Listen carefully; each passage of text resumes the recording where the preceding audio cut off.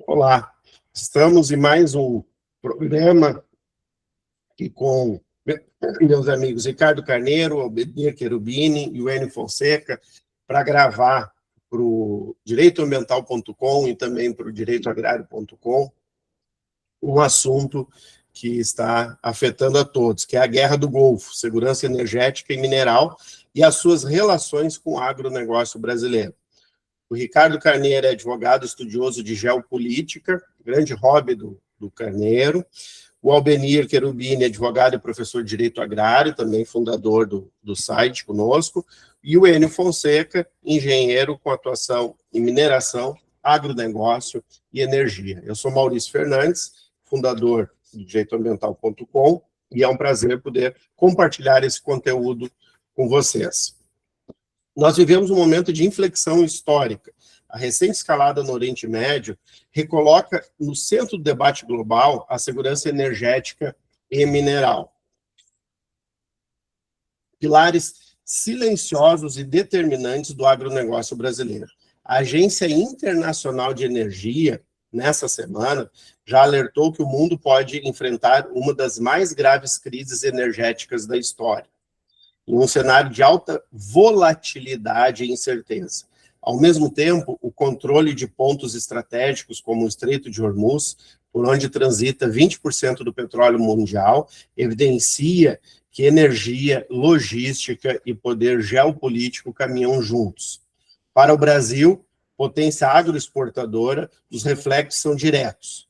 Aumento nos custos, pressão sobre fertilizantes e combustíveis e reconfiguração nos fluxos comerciais globais. Mais do que um conflito regional, trata-se de uma disputa por controle de cadeias essenciais. Compreender essa dinâmica é essencial para proteger a competitividade, garantir a segurança produtiva e antecipar oportunidades em um mundo cada vez mais instável. É importante destacar que a abordagem não é especificamente na guerra no Iraque, mas sim na região como um todo, abrangendo Ucrânia e Rússia também. Vou abrir a palavra para vocês darem os primeiros cumprimentos antes de fazer a pergunta. Enio, é um prazer tê-lo aqui conosco. Maurício, obrigado por mais uma oportunidade da gente debater aqui no canal Direito Ambiental, em especial ao lado de companheiros, amigos, profissionais altamente qualificados, que é o Albenir e o Ricardo Carneiro, e esse realmente é um tema da hora, né? A geopolítica está hoje comandando toda a economia mundial em todos os aspectos que dizem respeito à questão da energia, da mineração e também do agronegócio, e isso tem impactos profundos aqui também no nosso país. E esse tema, então, foi escolhido com muita propriedade aí por você, e eu acredito que hoje nós vamos fazer um bom debate, né, para discutir essas questões. Obrigado. Ricardo, é um prazer tê-lo aqui conosco de novo. Está mudo, Ricardo.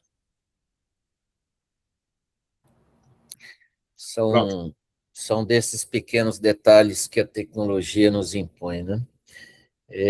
Ao vivo, dificilmente eu estaria mudo, a menos que não tivesse voz. Mas, Maurício, eu tenho por todos aqui, Maurício, Albenir, Enio Fonseca, um apreço muito especial. São pessoas que fazem parte do que eu chamo de minha paisagem sentimental, são as pessoas que eu tenho amizade, admiração muito grandes. Então, antes de tudo, uma enorme satisfação de dividir com vocês esse painel, digamos assim, né, virtual, e espero que os ouvintes dos dois portais possam, pelo menos, ter um aproveitamento, iniciar, a partir desse debate, uma reflexão profunda sobre os aspectos geopolíticos em que nós estamos envolvidos nesse atual contexto da história da humanidade. O Albenir, não vou dizer bem-vindo, porque ele é da casa, né, fundador aí, do direitoagrário.com com a gente. Albenir. Mas, de qualquer forma, né, saúdo a oportunidade de estar aqui com os tão estimados colegas, né? E também saúdo a quem vai nos assistir aí e agradeço muitíssimo esse convite de poder participar aí ao lado do Enio, do Ricardo e teu, Maurício. O prazer é nosso. Ricardo, vamos começar analisando, em termos de geopolítica, essa nova ordem aí, né? Os Estados Unidos fez aquele primeiro acordo, vamos chamar assim, no Canal de Panamá, não deixa de ser um controle físico das rotas de energia, a questão da Venezuela também é importante, por causa do petróleo, e agora está lá no Estreito de Hormuz. Qual é a tua leitura sobre essa nova ordem mundial aí que os Estados Unidos estão impondo? Pois é, muito bem. Você se atentou a pontos essenciais no atual contexto mundial. É verdade, há movimentos importantes dos Estados Unidos, né, que continuam sendo, e por certo serão ainda por muitas décadas, a principal potência econômica, política, militar e cultural da humanidade. Mas é fato, desde que assumiu o poder, o atual governo americano vem tentando movimentos estratégicos, um pouco na linha da política de contenção que faziam os Estados Unidos e seus aliados europeus ao tempo da Guerra Fria. Há quem diga que estamos numa segunda Guerra Fria, mas, de toda forma, eu me refiro à bipolaridade mundial protagonizada entre fins da Segunda Guerra Mundial até mais ou menos início da década de 1990, quando houve a extinção, pelo menos a desagregação das repúblicas integrantes da chamada União Soviética. Mas é fato inequívoco que o atual governo americano vem tentando reposicionar os Estados Unidos do ponto de vista geopolítico, e os estreitos, né, que por você mencionados, Canal do Panamá, ainda que seja um canal artificial, o Estreito de Hormuz, entre os Golfo Pérsico e o Golfo de Omã, o Estreito de Malaca, ou Malaca, sem o acento, tanto faz, pronuncia-se da mesma forma, que é um outro eixo importante de tráfego logístico na Ásia. O próprio Estreito de Gibraltar, né, os Estados Unidos vêm tentando composição política e econômica com os países que dominam esses gargalos territoriais, né, mostram e sinalizam uma mudança, fato pelo menos estratégica no atual contexto mundial. Vejam, as guerras são parte da condição humana. É difícil valorar os conflitos territoriais, os conflitos entre estados soberanos como bons ou ruins. Sob uma perspectiva humana, talvez até cristã, né, que nos equaliza aqui no país como religião fundamental em boa parte do mundo, a guerra é um mal que leva à morte, que leva ao sofrimento. Do ponto de vista político, histórico, a guerra é uma realidade que teve presente em todos os momentos, em todos os aspectos e fases da civilização humana. Eu, como você disse, tive nas guerras um hobby, né? Passei a ser estudioso do tema.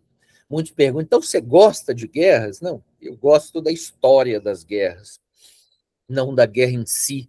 Aliás, é algo que me ofende pessoalmente, muitos até me acusam de adotar uma certa militância por redes sociais, de todos os movimentos genocidas, de todo o sofrimento que as guerras infligem a populações humanas, a crianças, e é isso que me dói particularmente, né? A crianças sem determinados membros do corpo, crianças sofrendo, crianças desagregadas do seu núcleo familiar. Aqueles que são mais fanáticos com facções políticas ou ideológicas vão dizer que há por trás disso tudo o gênio humano representado por um determinado personagem. Me refiro ao presidente Donald Trump.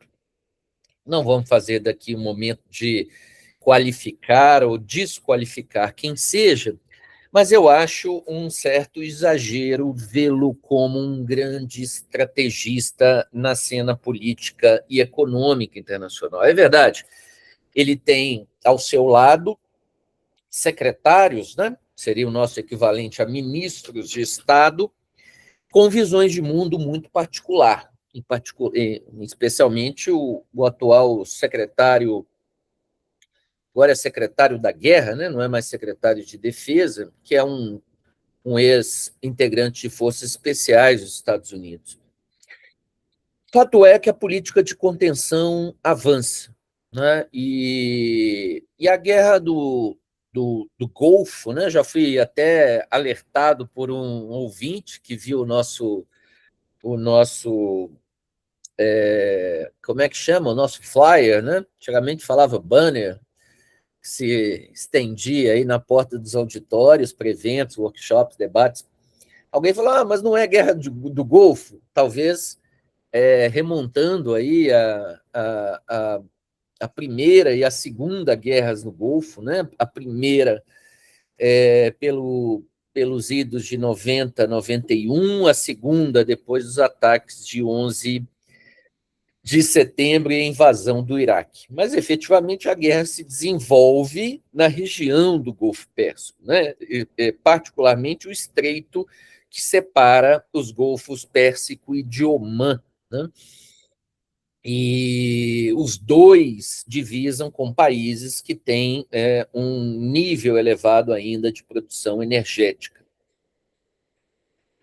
Albeni vai poder falar um pouco mais sobre isso, das consequências em termos de alimentação das cadeias produtivas mundiais, em particular dos insumos que provêm a agricultura no Brasil e em outros países produtores. É evidente que os países do Golfo não são diretamente responsáveis pela produção de fertilizantes como produto acabado, mas resultante do beneficiamento do petróleo, né, pelo menos um beneficiamento primário do petróleo, são responsáveis aí pelo fornecimento de ureia, enxofre, amônia, né, para boa parte dos países. A Beni também terá condição de falar isso melhor, com mais propriedade do que eu. Talvez também seja tão relevante e preocupante para o agronegócio brasileiro a guerra que ainda se trava no coração da Europa, não nos esqueçamos disso, né? A guerra da Rússia contra a Ucrânia é uma guerra europeia, não no sentido político, mas no sentido territorial e regional. Essa, sim, tem causado movimentos importantes aí que redefinem o cenário econômico da economia produtiva, né, de bens ligados ao aproveitamento da terra, agricultura e as atividades no campo, de modo geral. Maurício, eu acho que é mais ou menos, ou são mais ou menos essas as minhas primeiras intervenções. É importante que a gente faça desse evento, como foi a sua orientação, mais uma oportunidade de reflexão conjunta, debate, do que propriamente uma exposição estruturada, né? Eu me recordo, há mais ou menos 10 anos, um amigo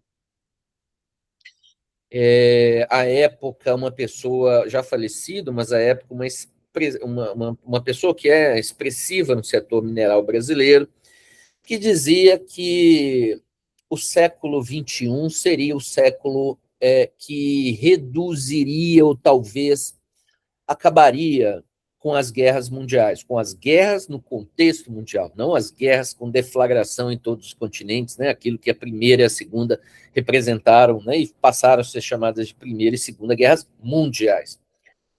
E isso resultante do processo civilizatório, talvez da união estratégica entre países, né? Formando blocos econômicos vinculados por questões políticas, linguísticas, culturais e econômicas. Passados 10 anos, eu na época não concordei e considero que essa pessoa cometeu um equívoco. É de um filme que eu retiro a frase de que as ideias são pacíficas, mas a história é violenta. Nós temos mais ou menos 11 conflitos em andamento ou que vêm acontecendo nos últimos 2, 3, 4, 5 anos, 11 conflitos, além de conflitos regionais e religiosos na África, né? E então, a humanidade caminha, infelizmente, para um outro cenário de rearmamento, de corrida militar e não propriamente militar, mas de rearmamento dos países, inclusive, talvez até uma corrida pela proliferação de artefatos nucleares. É isso. Esse é o ponto, inclusive, né, do urânio, enriquecimento do urânio no Irã.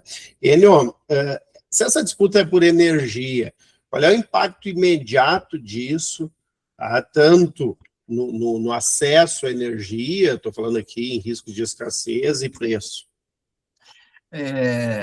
Maurício e demais, né? Pegando uma carona nessa reflexão inicial aí do Ricardo, a gente vai lembrar, né, dos episódios anteriores que ele mencionou e que dizem respeito ao que foi chamado crise de petróleo, né, que aconteceu exatamente naquela região do Oriente Médio, pelo menos 2 ou 3 vezes, em grandes guerras que movimentaram os países regionais e também as grandes potências internacionais. E por trás de toda aquela movimentação, você tinha um objetivo muito claro que estava associado àquilo que é a base do desenvolvimento energético, que tem como consequência o desenvolvimento econômico do mundo, que é o petróleo, que continua sendo a maior fonte, né, de energia que o mundo dispõe. As guerras anteriores, né, pelo petróleo, elas motivaram uma série de iniciativas e tiveram também uma série de consequências muito similares. Preços desse insumo que sobem em função da guerra, atingem patamares elevadíssimos, causam escassez e, por consequência, uma crise econômica que perdurou, né, conforme cada uma dessas guerras, por um período diferenciado, mas trouxe consequências extremamente prejudiciais ao desenvolvimento econômico, né, do mundo naquela época. Também aquelas guerras tiveram como consequência uma outra iniciativa que começou e que vem avançando de uma forma muito significativa, e de novo é colocada na mesa, que é a busca de alternativas energéticas a esse grande insumo, que é o insumo do petróleo. E lá atrás começaram as grandes discussões para se fazer transição energética, para buscar outras fontes de energia limpa, energias verdes, para fazer frente a essas crises que têm acontecido de forma cíclica e periódica. Então, a gente acompanha como evoluiu nos últimos anos, a partir dessas guerras principalmente, o crescimento dessas fontes alternativas de energia, que têm ocupado cada vez mais o percentual da nossa matriz, né, energética. Então, a partir desse cenário dessa última guerra, de novo, nós estamos assistindo um movimento muito forte, né, tanto na Europa, quanto na Ásia, quanto nos Estados Unidos e até mesmo aqui no Brasil, de busca de crescimento ainda maior dessas fontes de energia limpa para fazer frente a essa situação de dependência, né, do petróleo. E, na sequência desse tema da busca da transição energética, você tem também uma questão que se apresenta muito forte, que é a questão mineral, da busca dos minerais estratégicos que vão auxiliar no processo da transição energética. E aí você tem também um cenário de competição, de guerra comercial, que envolve especialmente a China, que é detentora da maior estrutura de minérios em seu subsolo, esses minerais estratégicos, é a única beneficiadora de classe mundial desses minérios, e o Brasil possui reservas, mas não possui produção nem beneficiamento, e nós estamos assistindo, então, agora também um outro cenário, que é a guerra comercial, onde todo mundo está à procura do desenvolvimento desses minerais, e a gente tem visto, então, os Estados Unidos procurando o Brasil assinando acordos comerciais com a Espanha, com a Inglaterra e com outros países europeus, para que esse tema, que tem sido dito pelo presidente Lula, que o Brasil não deveria manter a posição de exportador de commodity, deveria sim beneficiar, né, no país para agregar valor, né, a essa produção, mas a gente então vê esse cenário que passa então pela energia, permeia a questão da mineração, e tem o que já foi dito também, num componente da mineração, a questão dos insumos, dos adubos que são produzidos externamente, em especial na Ucrânia, né, e também a utilização de derivados de petróleo auxilia na questão da produção de ureia para a produção, né, brasileira, e, portanto, a gente consegue colocar dentro, não de uma cadeia, mas de uma teia que tem a base geopolítica por trás, mas os cenários econômicos dentro, envolvendo, então, toda essa cadeia que tem a geopolítica, tem essa guerra, tem a questão da energia e tem a questão da mineração e do agronegócio, que também sofre a influência do modal de transposição, né, tanto como exportação quanto importação dos insumos e produção do agro para aquela região e para o Brasil e para todo mundo. Obrigado. Benir, então, a maior parte dos fertilizantes não tem relação com o Irã, sim lá com a Rússia. Mas, em relação a insumos para o agro decorrentes do petróleo, essa instabilidade pode gerar um impacto real ou já está gerando no produtor brasileiro? Na verdade, já está gerando, né? E onde é que está a verificação desse impacto? Na bomba de combustível, né? Então, por exemplo, o primeiro grande impacto que a gente teve com o aumento dos preços diz respeito justamente aos custos de produção, pois ela acontece no momento na qual boa parte do país ou das atividades agrárias do país estão voltados para o período de plantio. Eu pego o exemplo aqui do Rio Grande do Sul, onde já se iniciou, por exemplo, do plantio não, da colheita. A colheita que tá acontecendo das lavouras de arroz. Em seguida, nós vamos ter a colheita da soja. Em outros locais tem a segunda safra, então o pessoal vai colhendo, vai plantando, e depois vai ter essa colheita da chamada segunda safra, ou safrinha. Tudo isso impacta no quê? Nos custos de produção, na margem de lucro dos produtores rurais, e também, né, a gente sabe esses momentos aí de crises, movimentações, guerras, elas acabam também impactando, ou podem impactar no preço das commodities, dos produtos agrícolas, né? Então isso acaba interferindo na previsibilidade, no planejamento econômico aí dos produtores rurais. Aquela questão que falaram inicialmente, vai ser um grande impacto nos fertilizantes. Isso aí, em certa parte, é um pouco bobagem no que diz respeito a essa guerra que acontece lá no Estreito de Hormuz, né, porque quase nada passa por lá. Também não é a rota, por exemplo, a rota principal de escoamento, grande parte das nossas vendas vai para o mercado asiático, então os navios passam longe dali. Agora, o grande problema é que quando existe essas questões de guerras, acaba, no primeiro momento, impactando o custo do frete marítimo, pelo seguinte, as empresas que fazem o seguro dos navios, elas acabam suspendendo esse serviço, que encarece muito o preço das movimentações aí com navios. E também porque em certo momento, as pessoas, ou alguns analistas, né, ou jornalistas, acabam sempre se referindo a custos de produção. E vale lembrar que o agronegócio, nas cadeias, ela também tem um aspecto global. E o bom funcionamento dele depende de movimentos que acontecem muito tempo antes do próprio plantio e da colheita.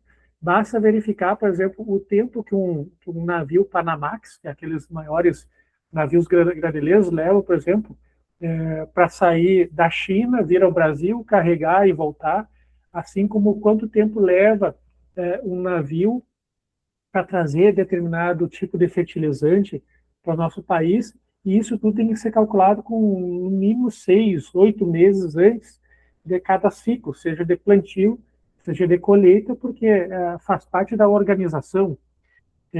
A gente teve, recentemente, não pode ser esquecido, né, a pandemia.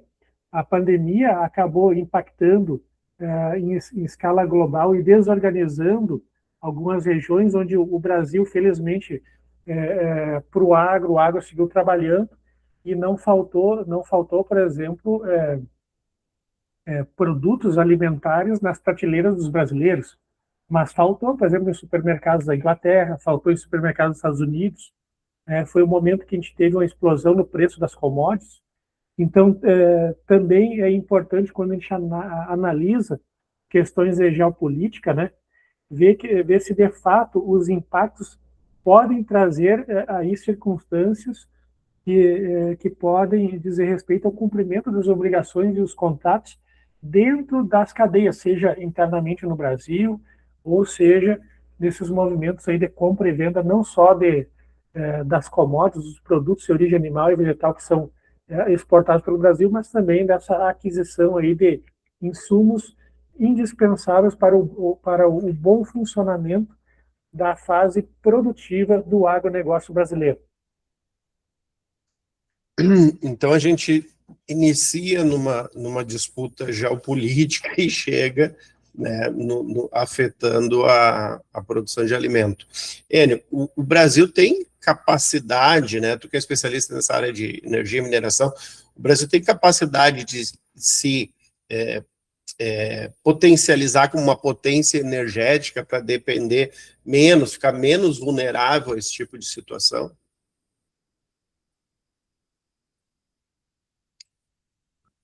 Mudo. Maurício e demais colegas aqui de bancada e o público que nos assiste. Nós temos duas matrizes, né, energéticas. A matriz energética e a matriz elétrica. Na matriz elétrica, o Brasil figura como um dos países que tem a melhor resposta, né, ao longo dos anos, na utilização das energias verdes. Mais de 85%, e em alguns períodos até 90%, da nossa matriz elétrica ela é gerada por combustíveis verdes, sobre os quais nós temos absoluto controle interno do país. Na nossa matriz elétrica, existem um percentual muito pequeno de outras fontes que não são as fontes verdes, como, por exemplo, uma pequena quantidade, né, de carvão que nós temos no sul do Brasil, mas, quando a gente fala de energia elétrica, o Brasil ocupa a posição de destaque e ocupa a posição de absoluta segurança energética, porque ele detém uma fonte variada de energias que perpassam pela energia hidráulica, pela biomassa, pelos biocombustíveis, pelo vento, pela energia solar, e isso coloca o Brasil numa posição de estabilidade, especialmente no tema segurança energética. Quando a gente olha a matriz energética mundial, a gente percebe que, ao contrário, as fontes clássicas, grandes emissoras, como o petróleo, o carvão mineral, o gás natural, ocupam o percentual mais significativo dessa matriz. O Brasil, na sua fonte energética, ainda tem cerca de 4 vezes mais contribuição de energias verdes na matriz energética do que o resto do mundo. Mas nós também dependemos muito da questão ainda dessas fontes clássicas, que é o petróleo, é o gás natural e um pouquinho de carvão mineral. Aí, o dilema, né, do Brasil nesse contexto é que nós somos significativos produtores também de petróleo e de gás natural, mas não temos o beneficiamento de todos os subprodutos do petróleo e temos exportado uma quantidade, né, de óleo cru. E, com isso, o Brasil até se beneficia, nesse ponto de vista da guerra, quando o preço, o barril do petróleo está em torno de $100. Então, o Brasil exporta, mas ele passa a importar, como sempre fez, né, o produto beneficiado, especialmente o óleo diesel, porque nós não temos capacidade de refino para atender o país. E isso coloca o Brasil numa dependência desse tipo de aquisição.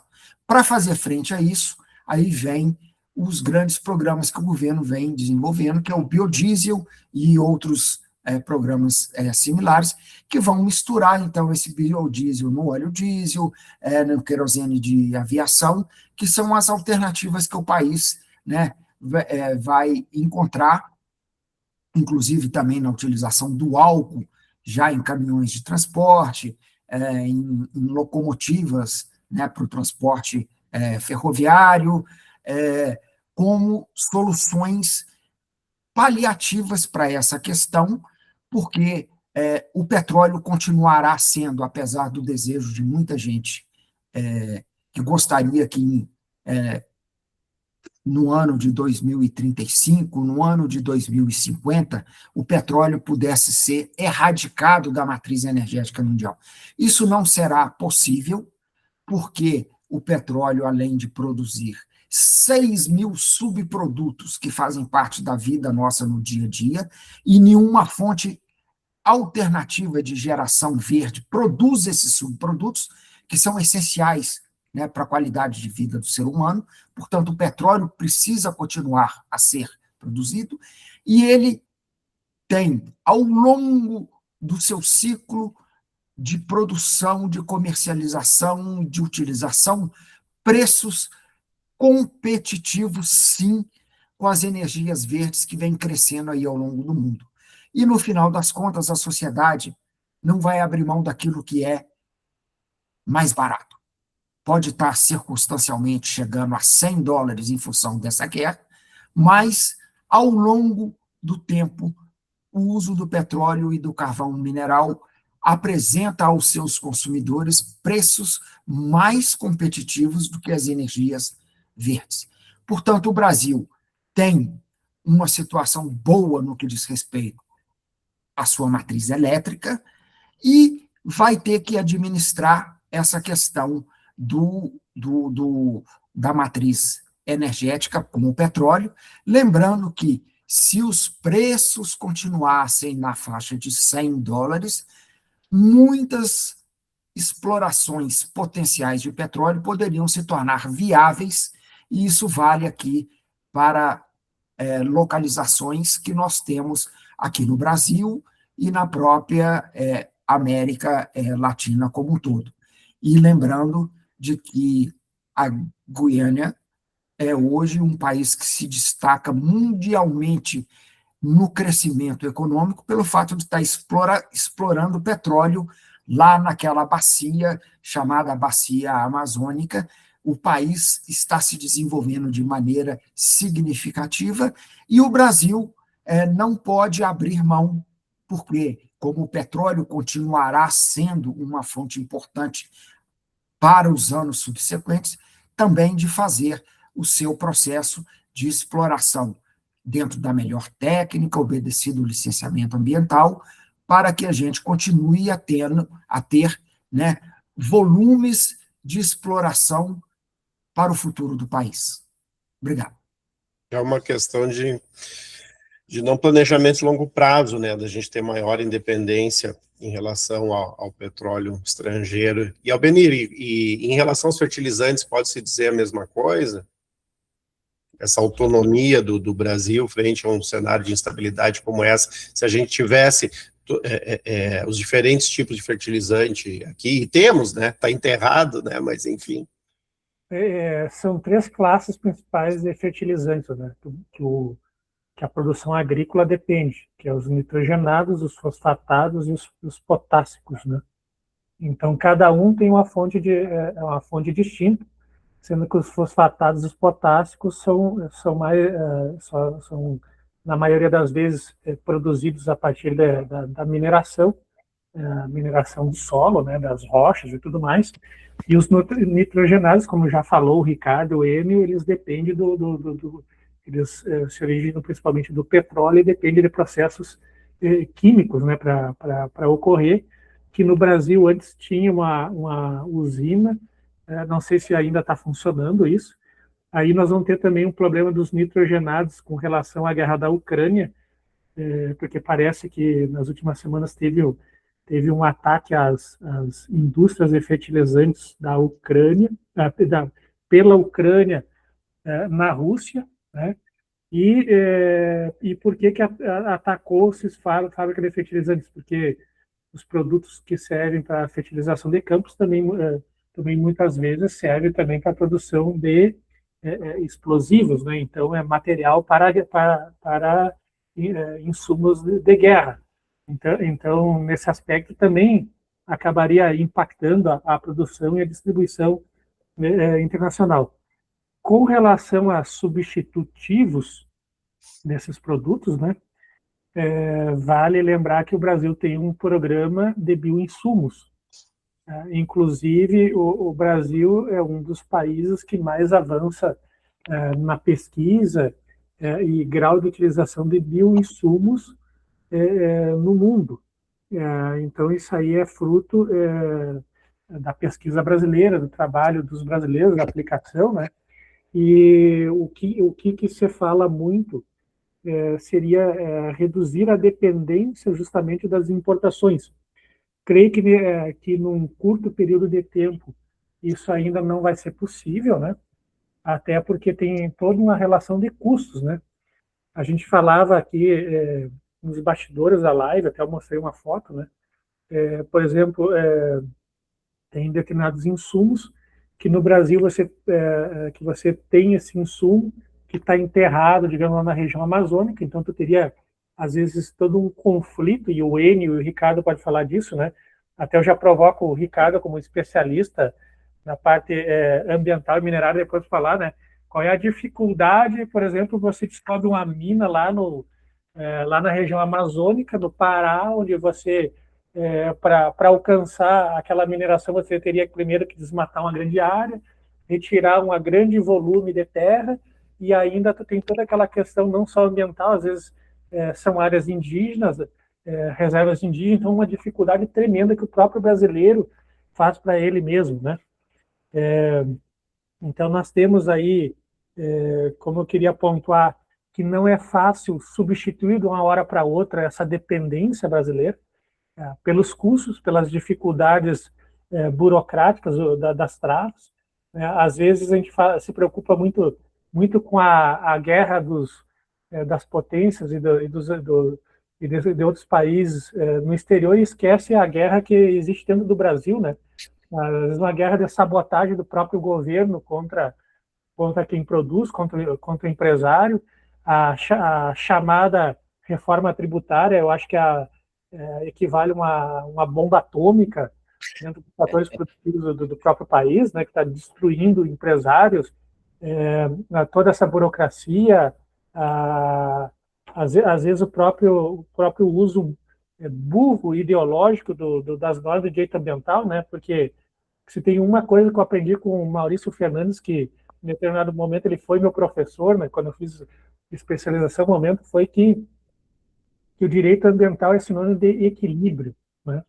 E às vezes isso aí é esquecido, que o direito ambiental foi tão desvirtuado que às vezes a pessoa se movimenta por paixões, partes ideológicas, esquece que da parte do aspecto do direito, né, que tem o aspecto normativo da norma e também daquilo que a nossa Constituição fala, né, o direito ao meio ambiente e equilíbrio do que da relação com o homem e com a natureza. Não é o direito ambiental ele não segue como ele não surgiu como meio perseguitório a quem realiza atividades econômicas, nem também a finalidade dele não é restringir, mas sim garantir que as atividades econômicas se desenvolvam com equilíbrio, né? Mas, infelizmente, também tem sido um objeto de uso político e um objeto de sabotagem nessa guerra interna que existe aí por agentes públicos contra quem busca empreender e crescer no Brasil, né?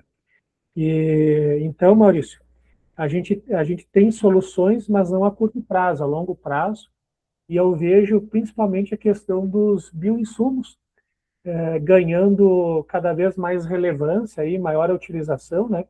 E eu penso que ele é um caminho viável, né? Mas sem muitas soluções a médio e curto prazo. E acrescento que a pauta ambiental, ela muitas vezes é utilizada como bengala de um interesse econômico para que o próprio país não se desenvolva, porque a gente tem os recursos naturais aqui, né?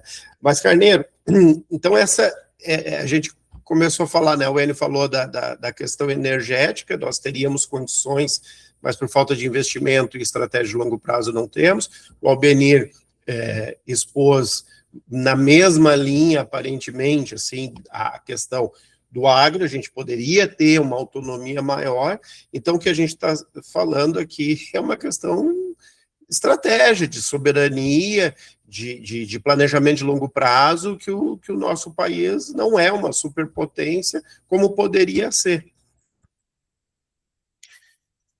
Pois é, Maurício, me choca o termo pejorativo que foi consolidado nos últimos anos, mas de pouco tempo para cá, e eu acho que foi proposto pela revista The Economist, que é Brasilification, uma brasilificação ou abrasileiramento dos países desenvolvidos, né? Que é a soma de todas as mazelas que nós conhecemos em nosso país nos últimos anos, nas últimas décadas, e Albeni foi muito feliz. Uma soma entre política fiscal inadequada, gastos excessivos, gastos públicos excessivos, aumento de disparidades sociais e econômicas, juros altos, enfim, essa armadilha que os países centrais, em termos econômicos, geopolíticos, vêm também caindo. O brasileiro, infelizmente, vem se consolidando como grande predador do seu próprio país. Eu costumo dizer que nós não temos um país, Desculpa, nós não temos uma nação, no máximo nós temos um país, não temos um projeto de futuro, não temos um plano estratégico de desenvolvimento, não temos um posicionamento global, né? Alguém disse muito recentemente que o Brasil é um anão diplomático, e não é anão por um outro motivo que não seja a sua incapacidade de se posicionar, apesar de ser um país riquíssimo em matéria de recursos naturais.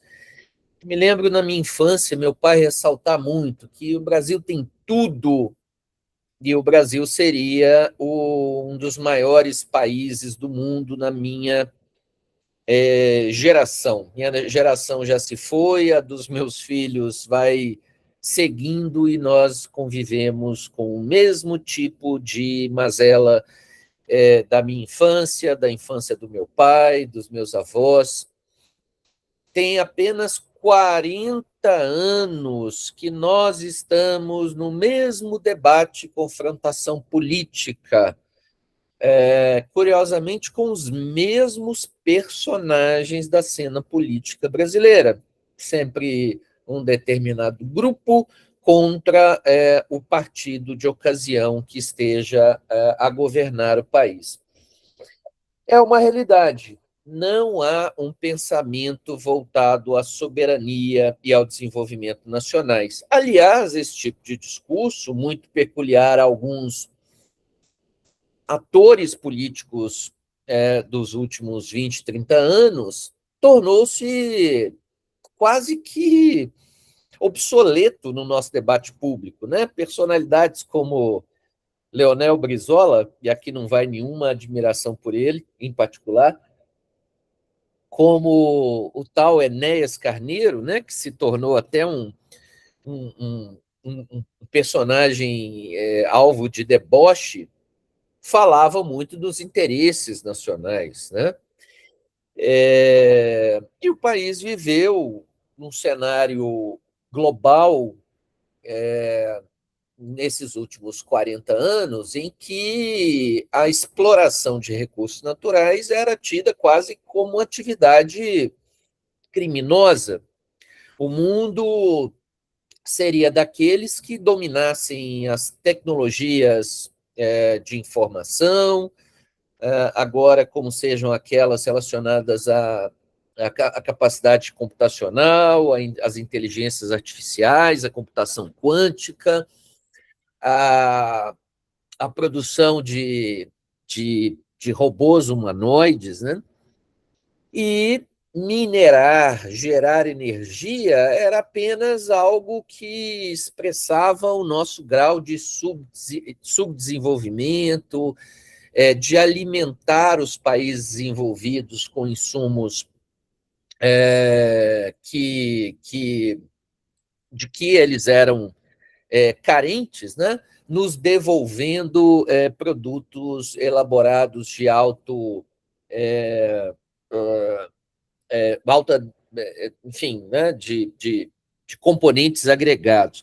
Me lembro de um debate de perfil nitidamente ambiental, né, num território que se desenvolve no entorno da região metropolitana de Belo Horizonte, quando o ambientalista, aliás, uma pessoa que eu respeito muito, mencionou lá que 1 tonelada de minério de ferro hoje deve estar em torno de 100, 102 dólares. O Brasil exportava, principalmente para a China, mas também para o Golfo Pérsico, a região, né, os países lá têm atividade siderúrgica, enquanto o russo, mas isso poderia se espraiar para o americano, para o sueco, né, produz um caça, um avião que custaria lá não sei quantos milhões de dólares. Qual é a solução? Produzir esse avião no Brasil? Ou parar de exportar commodities minerais? Né? É evidente que o que é ideal nem sempre é realizável. Aliás, o Brasil é um país muito singular, né? consegue ter a Embrapa, para ficarmos aí num tema muito caro ao nosso colega Albeni, que é referência mundial em pesquisa agropecuária e é responsável em grande parte pelo aumento da produtividade agrícola no país. Temos a Embraer, que é a terceira maior montadora de aviões e um sucesso mundialmente em termos de composição das frotas de aeronaves de várias companhias aéreas, mas temos a mais absoluta pobreza, os processos sociais mais degradados, junto com alguns outros países aí do chamado terceiro mundo. Acho que o nosso país, Maurício, perdeu ou vem perdendo os bondes da história. E é curioso dizer isso quando a gente assiste nesse debate de minérios críticos e estratégicos, que não são integrados apenas aí pelo petróleo, né, que é um recurso mineral, em última análise, mas também por minérios radioativos e nucleares. A nossa Constituição fala em minérios nucleares, né? As chamadas terras raras, que não são terras nem são raras, mas são são aqueles 17 elementos da tabela periódica, né, caracterizados aí pelas suas propriedades magnéticas, com uma importância muito grande na indústria de tecnologia, na chamada transição energética, né, que é um termo que poderíamos aqui discutir e refletir. Mas acho que o país perdeu, Maurício,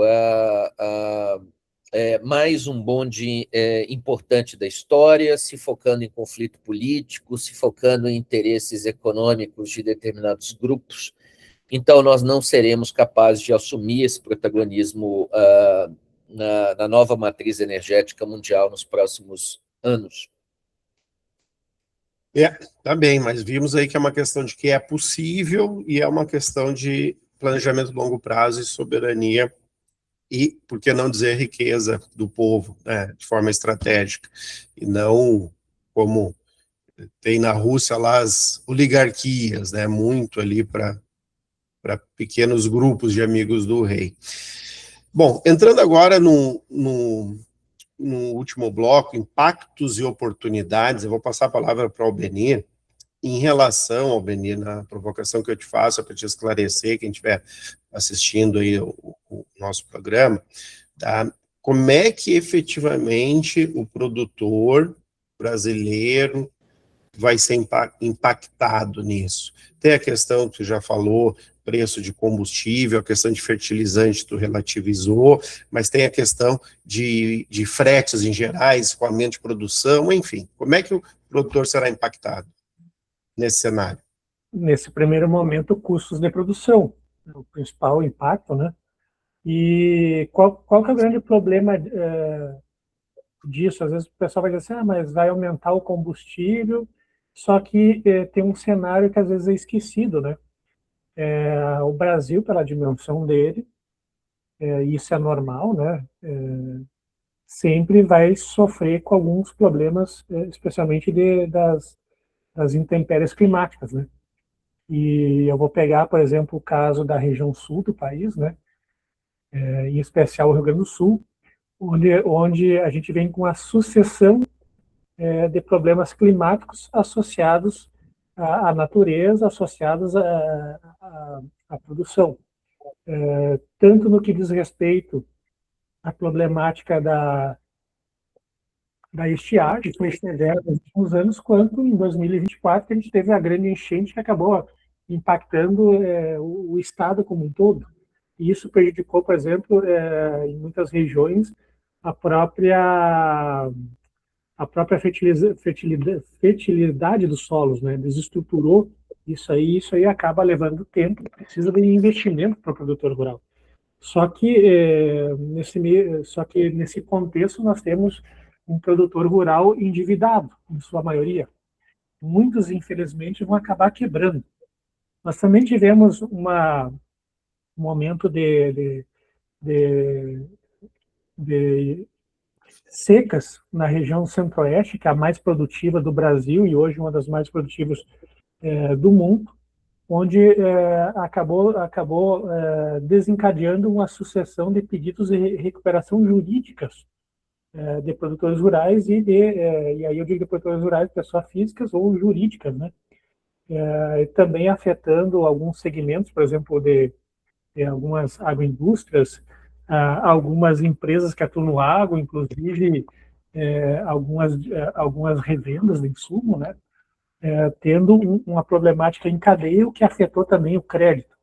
Então, nós estamos num momento onde custo de produção está elevado, existe uma problemática na oferta do crédito rural e do crédito privado também, das estruturas de financiamento privado. Existe toda a problemática de uma reforma tributária, que na verdade de reforma não tem nada, né? A nossa crítica faz porque não houve uma contenção de gastos públicos, né? Então, não havendo uma contenção de gastos públicos, o que acontece? Juros lá nas alturas, né? Então, tudo isso aí está afetando, porque nós estamos vendo um cenário de empobrecimento de boa parte dos produtores rurais, uma boa parcela vai quebrar, e agora nós temos também a questão do preço, que no geral os preços que teve, especialmente de grãos como soja e milho, tiveram uma grande alta durante a parte final ali da pandemia, voltaram aos seus valores normais, então tu tem o preço relativamente baixo dos commodities e um aumento dos fatores de custo, né? Tudo isso aí vai acabar impactando. Mas a questão principal aí, jurídica, que eu acho que é interessante observar por quem atua na parte especializada do agronegócio até que ponto essas situações aí de geopolítica elas podem impactar ou não o cumprimento dos contratos e das obrigações.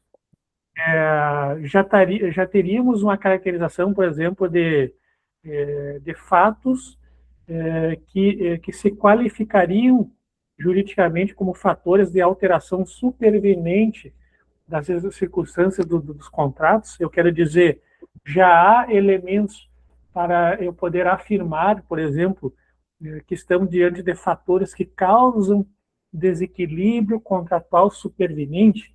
E aonde que aconteceria isso? No cumprimento de contratos, por exemplo, de compra e venda diferida, ou contratos a termo, também com relação aos custos que são repassados pelos produtores rurais pelas revendas. Isso gera quebra da chamada equivalência das obrigações.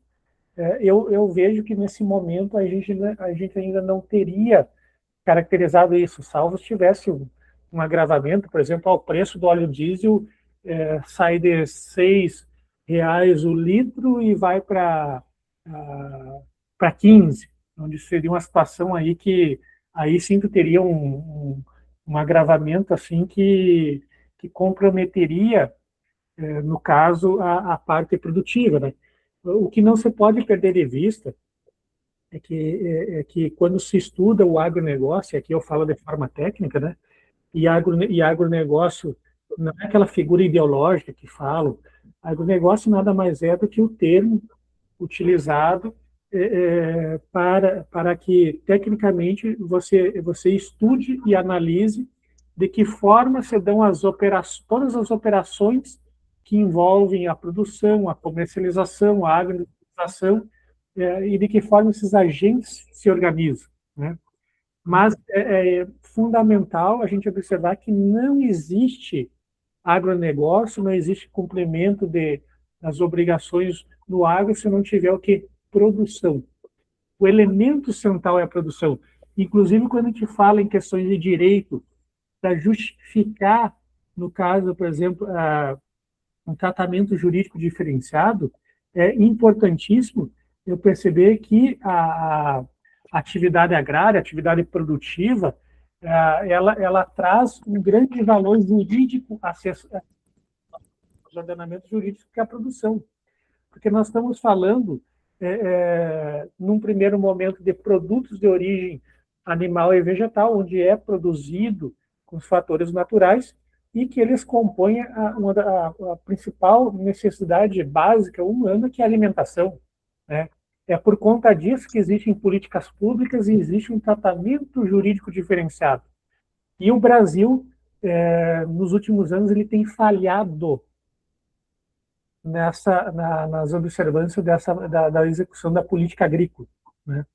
Política agrícola que se encontra na Constituição, tem a legislação agrária, toda a legislação agrária extravagante, e, como eu falo, o grande valor jurídico tutelado é a produção. E a produção depende o quê?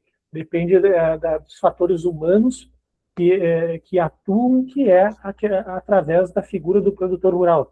Por isso que o ordenamento jurídico ele protege a produção e protege o agente dessa produção, que é o produtor rural, e aí trazendo tratamento diferenciado por meio das normas, né? Com certas presunções jurídicas que acabam, quando preenchidos os requisitos, trazendo a tutela judicial em favor dessas circunstâncias produtivas, né? Por isso que é importante também, quando a gente fala em pensar um Brasil diante de um planejamento, um pensamento de onde nós vamos querer chegar como nação daqui a 20, 30 anos, também levar em consideração que todos esses fatores se conectam, né? O Brasil tem uma vocação muito importante para a produção agrícola, e também quando a gente fala aqui fatores, por exemplo, da guerra, não é só no Brasil que impacta. Vai impactar lá, por exemplo, para o produtor europeu, né, que tem uma agricultura ineficiente, vai impactar também para o produtor norte-americano, que também está com grandes problemas de endividamento, e isso, a diferença do europeu e para o brasileiro é que lá existe políticas públicas com fortes incentivos que aqui a gente não verifica, né? Só para ter uma ideia, o Brasil tem uma grande tributação dos produtores rurais, e aí a tributação na cadeia como um todo, que acaba impactando. Os produtos da cesta básica são tributados, coisas que em alguns outros países não tem. Então, quando a gente lembrar assim, tá caro o preço do arroz, do feijão, da carne no supermercado, lembre que muito disso não é problema de produção, é problema de tributação. A gente também sofre com toda uma burocracia. Então, a gente viu aí nos últimos anos do atual governo que, se não me falha a memória, a cada 28 dias surgiu uma taxa, uma cobrança nova de tributos. Aí estão sempre inovando em termos de exigência para quem está produzindo, né, para quem está empreendendo. São toneladas de certidões, de taxas, de tributos, licenças, autorizações. Então, aspecto parece que todo aquele movimento, a lei da liberdade econômica, se esvaziou ao longo do tempo, né? Estão fazendo o contrário. Então a gente precisa pensar as questões de forma conectada, né? Lembrando as finalidades de cada coisa. Não adianta depois vir com o discurso e dizer, mas a soberania brasileira, esquecendo que a soberania, em termos efetivos, você faz com que com dinheiro, e aí nós temos um país que, embora tenha riquezas naturais, é um país pobre. Tecnologia, pouco se investe no Brasil, né? E isso que o brasileiro é criativo. Hoje nós formamos cérebros que não encontram oportunidades no Brasil e deixam de investir, empreender, acabam indo para o exterior, né?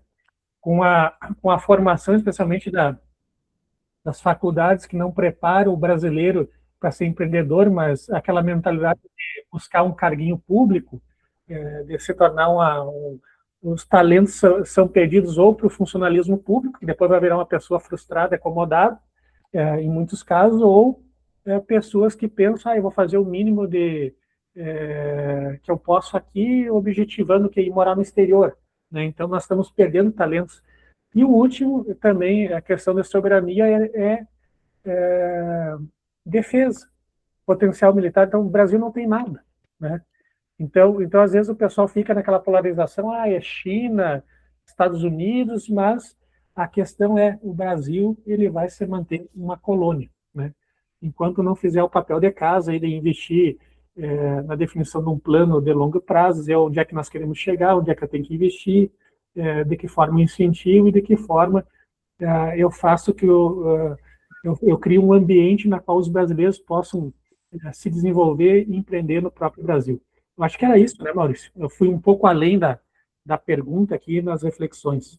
Não, mas já tá tudo no tema aí. Ricardo, historicamente, esses desarranjos, esses conflitos, eles tendem a redesenhar os fluxos comerciais, né? Tu falou na tua primeira intervenção, o Estreito de Gibraltar, Canal de Panamá, estamos lá com essa questão no Canal de Hormuz, enfim, acha que nesse cenário o Brasil tem alguma condição de ganhar algum tipo de protagonismo, alguma coisa, questão portuária, enfim, né? O Brasil tem como tirar alguma vantagem depois que a poeira baixar nesse cenário? Bom, Albeni disse tudo, né? Essa pergunta tem que ser respondida pelo brasileiro na escala coletiva. Por enquanto, o brasileiro não quer. O Brasil é um país rico, de população muito pobre. Um carro no Brasil, metade dele é impostos, e as pessoas não visualizam isso. Acho que a vida está cara, né? Acha que e os governos politizam esse debate. Está tendo guerra, por isso que os combustíveis estão no preço que estão, determinados estados estão cobrando 7 até 10 reais o litro de combustível. Será que é por conta da guerra? Ou será que é por conta de tributação? O fato também comentado pelo Albeni, a reforma tributária vai devastar os prestadores de serviço, o setor de serviços, né, que sustentam boa parte da economia do país, que, pelo menos em termos de geração de emprego. Será que esse conflito, Maurício, é apenas de natureza regional, local, ou ele tem repercussões na esfera e na escala global, ou globais? Bom, uma análise mais superficial seria um conflito com perfil ideológico. Há muitos assessores e secretários do governo Trump que pensam isso como se fosse uma grande cruzada religiosa, né, em busca de uma redefinição cultural do mundo. E há aqueles também que pensam, como já aconteceu no país, que por detrás dessas pessoas existe um gênio aí que são capazes de pensar um mundo, claro, sob os seus interesses, mas numa perspectiva de redesenho da ordem mundial.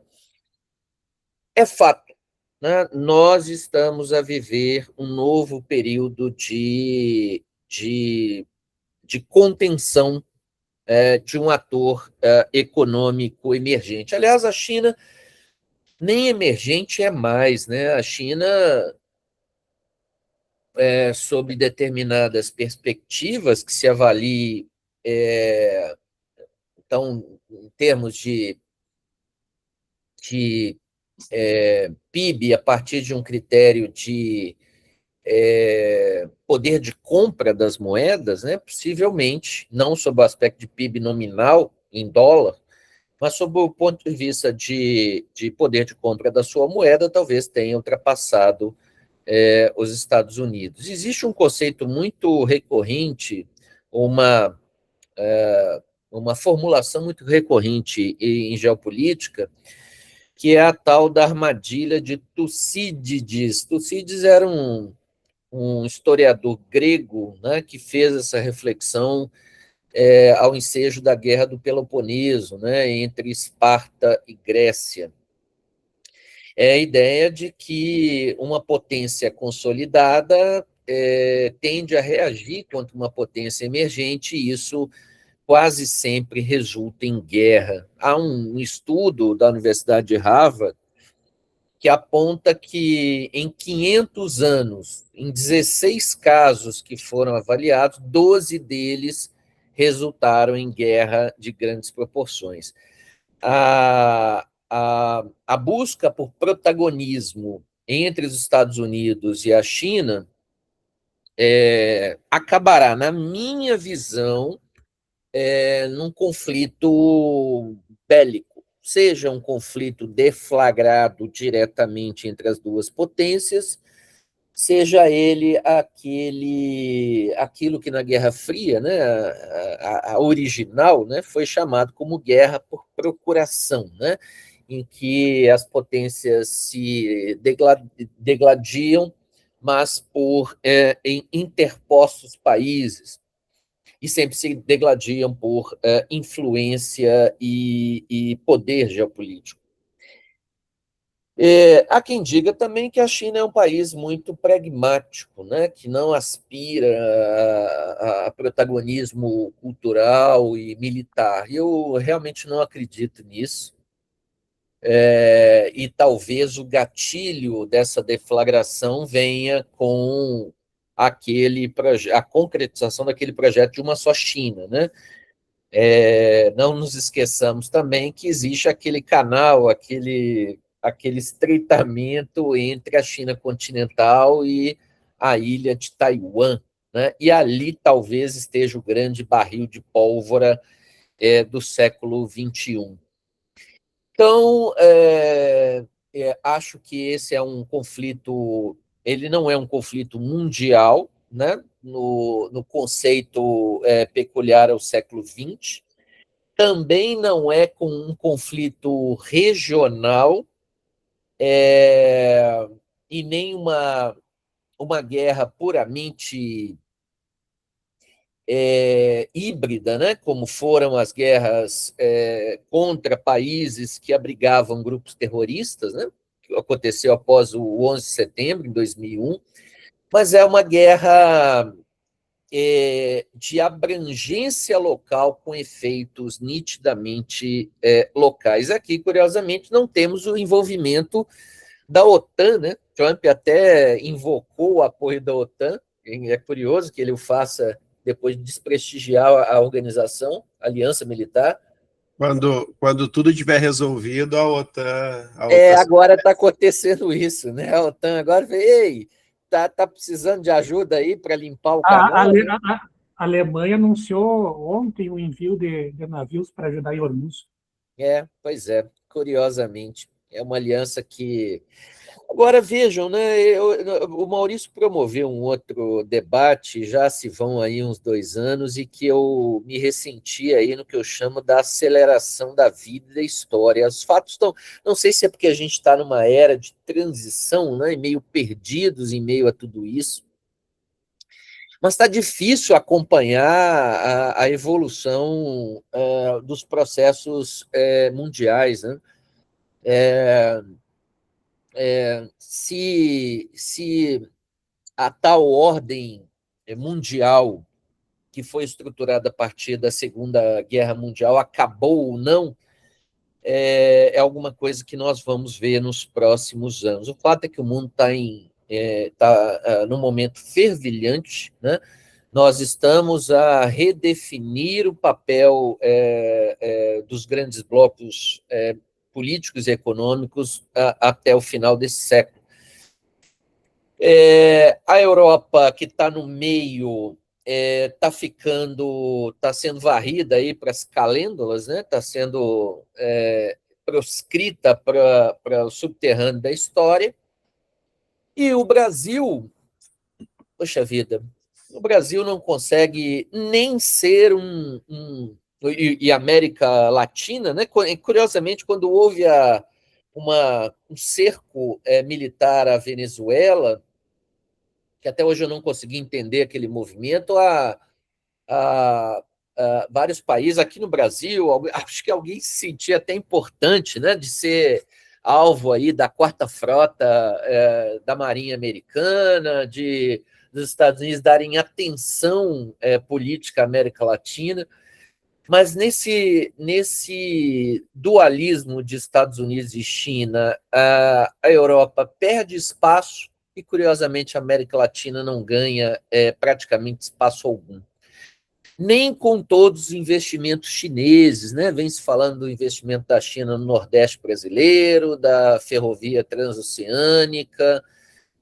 A América Latina estaria agora inserido naquela na nova Rota da Seda, né? Um grande aporte de investimentos em logística, mas para atender o Estado chinês. Mas o Brasil nunca teve protagonismo e segue sendo um país do futuro, né, que nunca chega, infelizmente.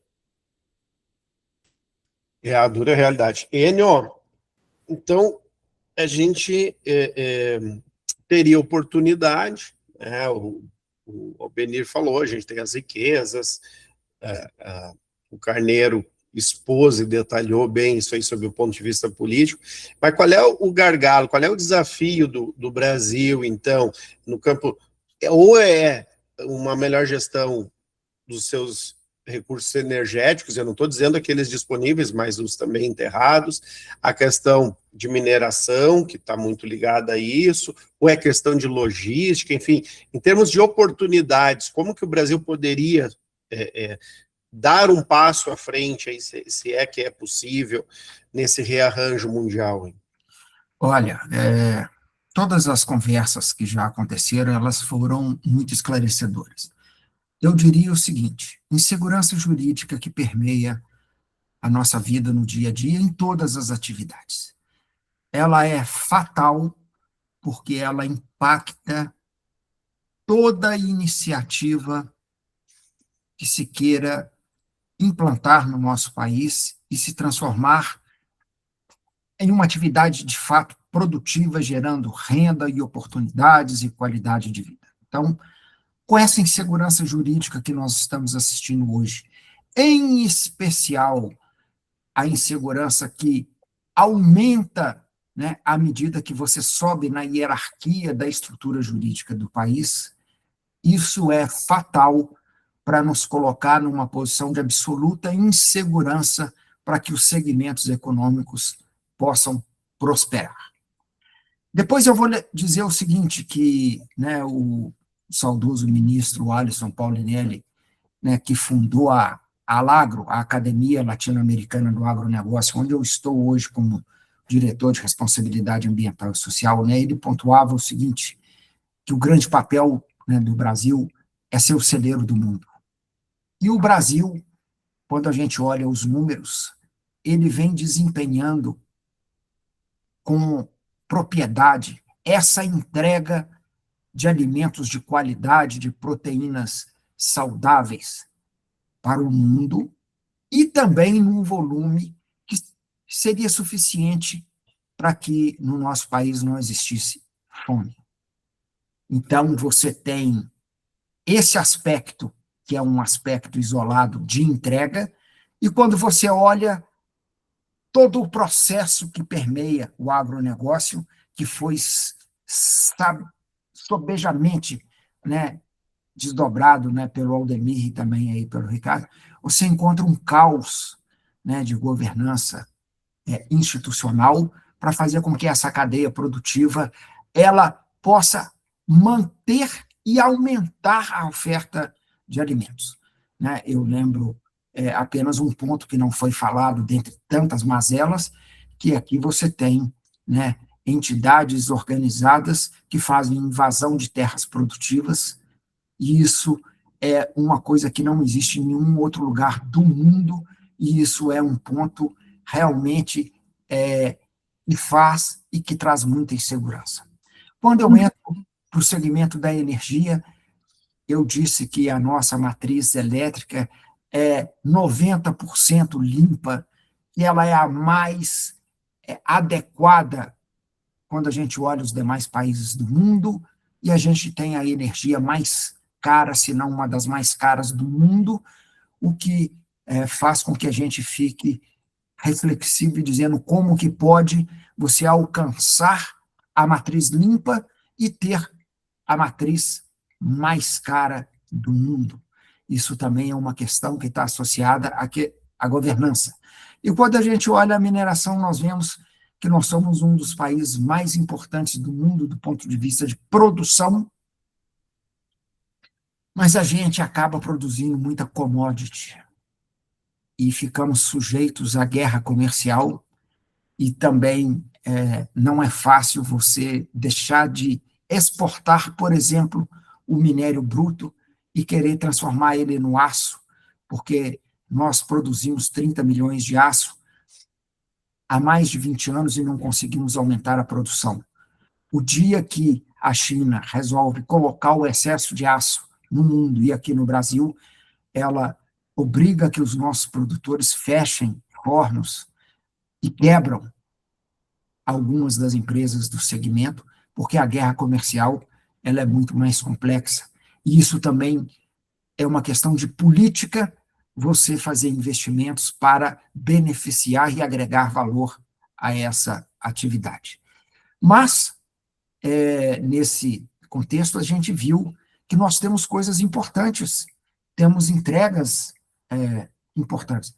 E aí o que a gente precisa, eu não tenho a menor dúvida disso, é de que os poderes constituídos, sejam ele o governo federal, seja o poder legislativo e o poder judiciário, olhem mais para o nosso país, né, e busquem uma governança ética, né, uma governança que olhe para o povo e que não esteja, né, como temos visto no período recente de apresentação das maiores denúncias de corrupção que estão sendo apresentadas aí, e que, com certeza, né, levam a uma governança que não é aquela que está a favor do bem do Brasil. É isso. Como saudoso Roberto Campos dizia, o Brasil nunca perde a oportunidade de perder uma oportunidade, né? Fazendo encerramento, então, gente, desse rico debate aqui, tá? Eu vou fazer a mesma pergunta para os três debatedores, tá? Que é, se vocês tivessem uma recomendação estratégica para o Brasil, qual recomendação seria? Vamos começar contigo, Benê.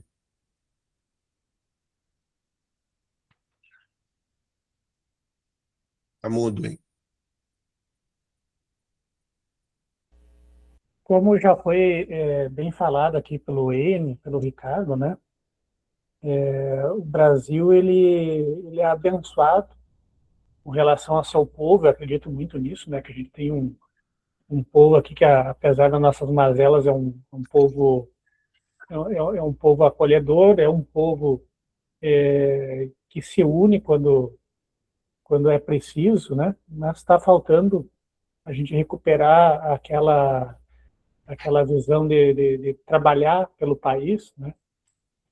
Aí eu vejo que uma transformação efetiva ela passa também por uma visão de consciência, né? Da população, do papel que cada um tem que ter de gostar um pouco do seu país, mas que a gente crie uma cultura de trabalho, né?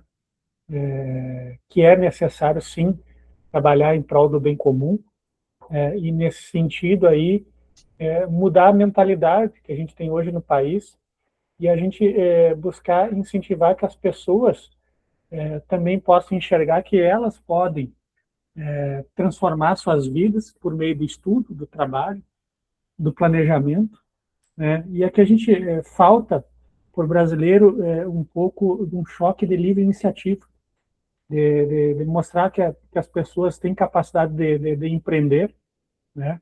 Então, isso aí é algo que precisa ser ensinado para o brasileiro. E, de outro lado, também, a gente tem que ter uma consciência que tem que romper com aquela dependência que o brasileiro tem do poder público.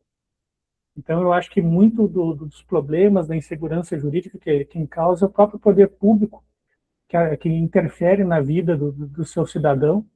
Então, assim, a gente precisa de menos Estado. Então, Estado que cuide basicamente de investir em educação, segurança pública e saúde, e o resto a gente precisa de liberdade, menos impostos, menos burocracia, começar a valorizar quem empreende, né? Então, o brasileiro tem que aprender a não ter aversão ao risco, parar com aquela ideia, eu preciso de um conforto, eu preciso de ter uma segurança, que isso aí às vezes é algo ilusório. Tem que aprender a assumir risco, a empreender, e quando a gente tiver essa mudança de mentalidade, com certeza o Brasil vai crescer, vai melhorar, e vai inclusive refletir num plano como nação, porque tem que parar com aquele discurso: ao Brasil é o país do futuro, mas nada é feito para se atingir o futuro. Eu acho que, inclusive, a gente tem que começar a pensar no Brasil do presente, né? O que tem de problema e onde eu posso melhorar. Tem países que já deram demonstrações que isso aí é possível mudar em uma geração ou duas. Então, está na hora do brasileiro buscar essa consciência e poder melhorar no seu plano pessoal, no seu plano regional, local, antes, às vezes, até mesmo de se preocupar com questões maiores. Então, eu acho que era isso, né, Maurício? E quando a gente fala, no caso de agronegócio, né, a gente mostrou que o agronegócio ele andou bem. Hoje, o agronegócio não é só produção no campo, ela interliga a sociedade como um todo, né? Porque, embora você esteja plantando lá no interior, a gente sabe que tem uma conexão direta com empresas, com cidade, pessoas, prestadores de serviço. Então, se de fato essa é uma vocação brasileira que acaba agregando serviços, indústria, mineração, comércio exterior, está na hora de começar a pensar de forma interligada e romper com um pouco daquela polarização política que tem no Brasil aí, que às vezes demonizam setores da economia, demonizam quem empreende, e essa briga serve para quê? Para fragilizar o brasileiro e para que venham os estrangeiros aqui e acabem comprando tudo a preço de banana, enquanto fica naquela bobagem de falar de soberania, quando tu tem um comportamento de colônia, né? Então, eu acho que era isso, né, Maurício? E as oportunidades estão aí, mas é preciso ter uma revolução, uma guerra, mas ela não é externa, é uma guerra interna aí, da sociedade brasileira. Enio. Finalizando, então, eu diria da riqueza, né, do que foi discutido aqui, e pontuaria o seguinte: o Brasil, com a sua grande extensão territorial, é um país, né, abençoado. Ele tem tudo aquilo que é necessário para o desenvolvimento, que são os recursos naturais, em abundância. Em todas as regiões nós possuímos tudo aquilo que a natureza nos deu. Isso é a base para que o desenvolvimento ele possa ser implantado de forma sustentável. Então, se o país possui todo esse conjunto de insumos que podem fazê-lo maior, a gente tem a clareza de que nós que estamos com uma produção agrícola robusta e importante para o mundo, que nós temos uma matriz elétrica a melhor do mundo, que nós somos grandes produtores, né, exploradores, exportadores, né, de minério. Isso faz com que a gente tenha, né, todo aquele conjunto necessário para a alavancagem.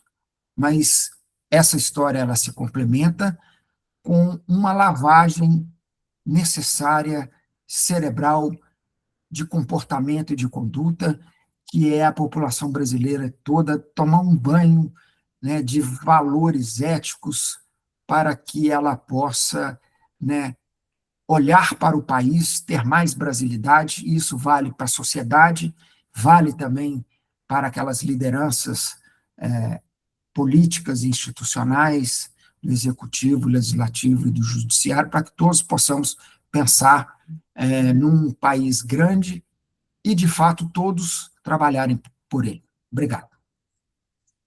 Doutor Ricardo Carneiro, suas considerações finais em cima do desafio, se vocês tivessem como dar uma recomendação estratégica para o Brasil, o que tu faria? Acho que eu não sei responder sua pergunta, não, Maurício. De modo geral, todo mundo tem uma fórmula, né? Tem uma sugestão, um palpite, uma opinião. E eu faço 34 anos de formado, e ouço há décadas juristas, economistas, sociólogos proporem uma base de reflexões para que o país avance, para que o país... E é só por isso que nos reunimos em países, né? Não fosse essa a razão, teríamos o espaço territorial global, mas acho que a única razão é expressarmos conceitos de linguagem, de soberania territorial, de moeda, mas essencialmente para que haja unidade e desenvolvimento. E o desenvolvimento social civilizatório que nós possamos imaginar passa pelo desenvolvimento humano, passa pelo provimento e satisfação dos bens essenciais, bens e serviços essenciais à vida humana de qualidade. Mas, se eu fosse me aventurar a uma proposta para o país, por mais estranho que isso pareça, eu diria que nós precisamos de uma constituinte, uma Assembleia Nacional Constituinte. Nós não estamos aqui a terminar um ciclo de revolução, de guerra civil, ou de mudança, como houve a partir de 1985, no nosso processo político, mas nós chegamos ao limite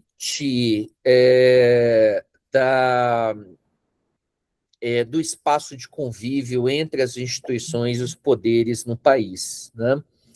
Quando se percebe que desvios de conduta, se não mesmo, para usarmos uma palavra ou uma expressão muito comum, né, atos de corrupção tomaram conta de todos os poderes, quando o país